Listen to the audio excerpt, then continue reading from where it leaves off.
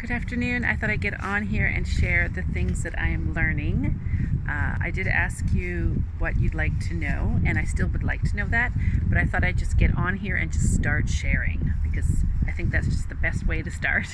So if you have any questions about anything that I'm sharing, please ask me. If you have any thoughts, any connections, if you feel like you can connect with what I'm saying, then definitely share that in the comments below because I'd love to hear more from you, and I can answer any questions you may have. So the first thing that I have learned to do through going through Stephen Covey's 7 Habits of Highly Effective People is to become more self-aware. That has been massively beneficial because I know who I am now. I know what I believe. I know why I do what I do. It has given me clarity on so many levels.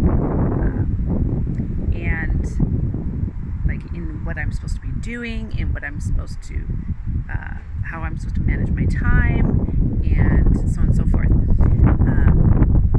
And how I went about this was in Stephen Covey's book, The 7 Habits of Highly Effective People. In his habit 1, it talks about, I forget what it's called, sorry, but he basically talks about responsibility and knowing who you are, and you use different different capabilities that we have that we often don't use, and one is self-awareness, to take responsibility. And how I've done that is I've taken his book and I've gone through every little section in this habit 1. And so he talks about what you say, how do you think about things, what kind of person are you? Are you a have person or a be person?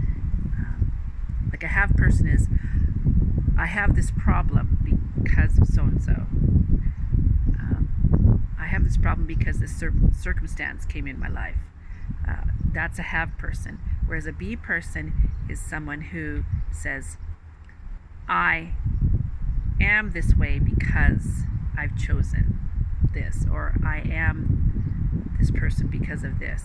The am person takes responsibility over what the have person. The have person blames people.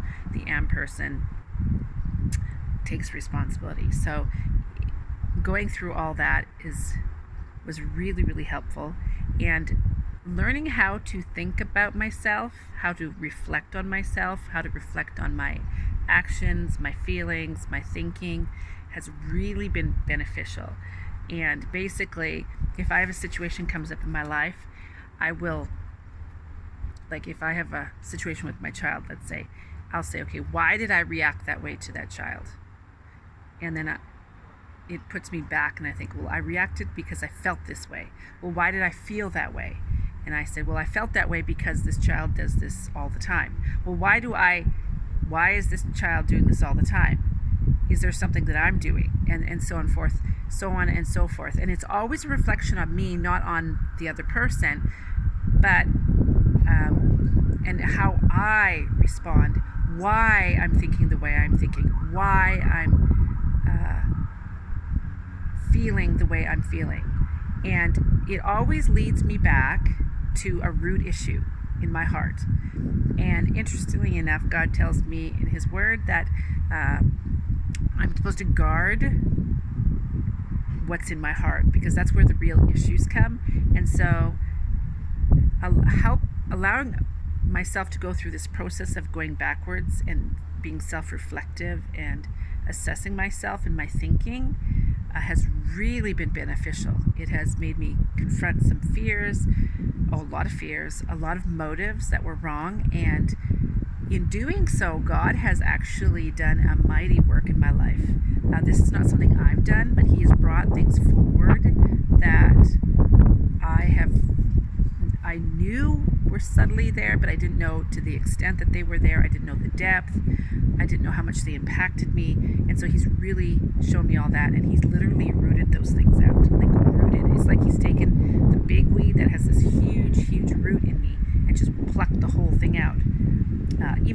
was pulled. It's just been pulled, and it's just been really good. And that part I can't do. I'm just going to say I can't do that part. God has done that in my life, and I'm so thankful for that. And so that has been a really big, big helpful change in my life. It's just being self-aware. So go for it. Be self-aware. It's not comfortable to do, and to go into. It does really make you, at first, like you're, oh my, that's what I'm like, like you start thinking about yourself and you're like, woo.